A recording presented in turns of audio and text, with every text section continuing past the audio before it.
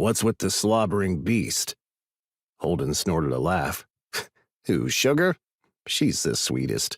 Aren't you, baby doll? Sugar's tongue rolled out, and she finally sat her butt on the pavement, some of her tension uncoiling. Don't sweet-talk, my girl, Axel protested. We're pissed right now. How could you invite this traitor back home? That's a little harsh, I muttered. I'd had reasons to leave. It wasn't something I'd wanted to do. Staying would have made things so much worse. Not that Axel knew any of that. Not when I'd been here one day and gone the next without a single word of explanation. If I could have said goodbye without dragging him into the mess, well, I'd made the best choices I could to protect my brothers. My pain didn't need to be theirs. We need him, Holden said bluntly. Unless you know how to clone yourself and do double the work. We get by, Axel argued. And it's not like we can't hire more help. We've got Jose.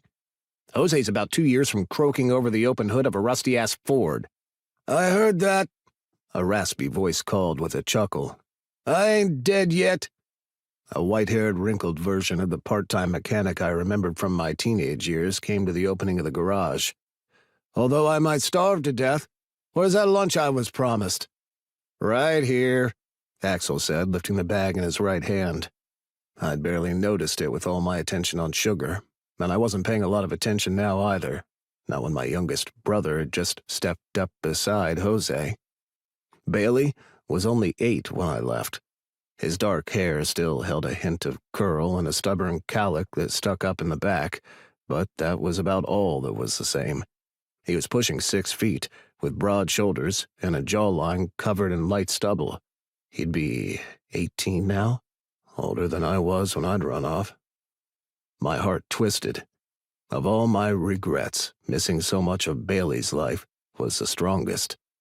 Bailey? Man, you've grown up. Yep. His hazel eyes surveyed me coolly. That's what kids do. I stepped toward him, but Bailey turned his gaze toward Axel. Let's eat. I got a lot of work to do. Oh, suddenly you've got work discipline, Jose asked with a chuckle. Boy's been texting so much he's barely touched an engine block. Bailey scowled, looking like the kid I knew. Whatever, it's lunchtime.